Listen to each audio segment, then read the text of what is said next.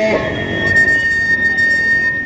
ఆదోని నియోజకవర్గంలో దాదాపు 42 రోజులు నిరాహార దీక్షలు కూర్చో ఉంటే ఆదోని జిల్లా జేఏసీ సాధన సమితి ఆధ్వర్యంలో వివిధ రాజకీయ పార్టీలైతేనేమి వివిధ కుల సంఘాలైతేనేమి ఈ దీక్షలో పాల్గొనడం జరిగింది.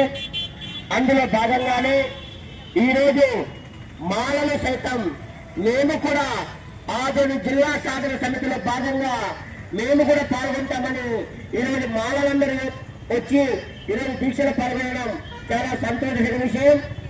అయితే ఆదోని జిల్లా విషయంలో ముఖ్యంగా ఈ రాష్ట్ర ప్రభుత్వం ఇప్పుడున్నటువంటి ప్రభుత్వము నిర్లక్ష్య ధోరణి వహిస్తా ఉందని చెప్పి మనం గ్రహించాల్సిన అవసరం ఎంతైనా ఉంది. గత ప్రభుత్వంలో 13 జిల్లాలను కాస్త 26 జిల్లాలు చేశారు. ఈ రోజు ఆ 26 జిల్లాలు అయిన తర్వాత కూడా కర్నూలు ఉమ్మడిగా ఉన్నటువంటి నంద్యాల జిల్లాని విడదీసి ఈ రోజు నంద్యాల అనేది అభివృద్ధి దిశలో పయనిస్తా ఉంది.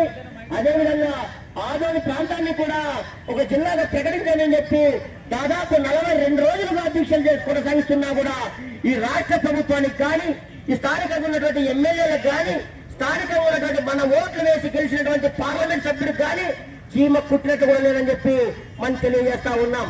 అయితే ఈ రోజు ఈ రాష్ట్రంలోనే ఆదోని ప్రాంతం అనేది పూర్తిగా పశ్చిమాన ఉన్న ప్రాంతం, అంటే పూర్తిగా వెనుకబడ్డ ప్రాంతం, అంటే ఆంధ్ర కర్ణాటక సరిహద్దు ప్రాంతానికి సంబంధించిన ప్రాంతం ఈ ఆదోని ప్రాంతం.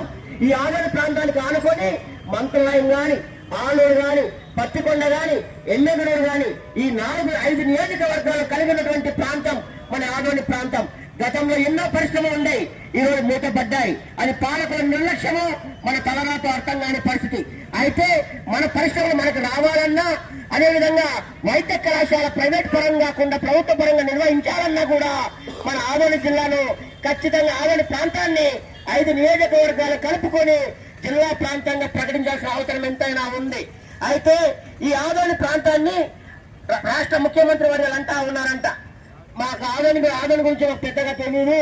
అయితే ఆదోని ప్రాంత వాసులు ఓట్లు వేశారో కూడా ఆయనకు తెలుసు లేదో మాకు అర్థం కావడంలే.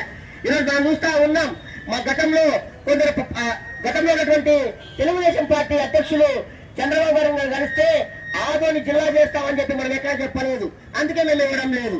అంటే ఇవన్నీ చెప్పి ఇచ్చారా అని మేము అడుగుతా ఉన్నాం.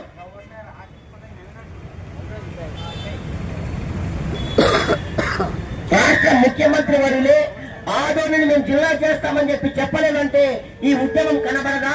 అదేవిధంగా ఇక్కడ ఉన్నటువంటి ఎమ్మెల్యే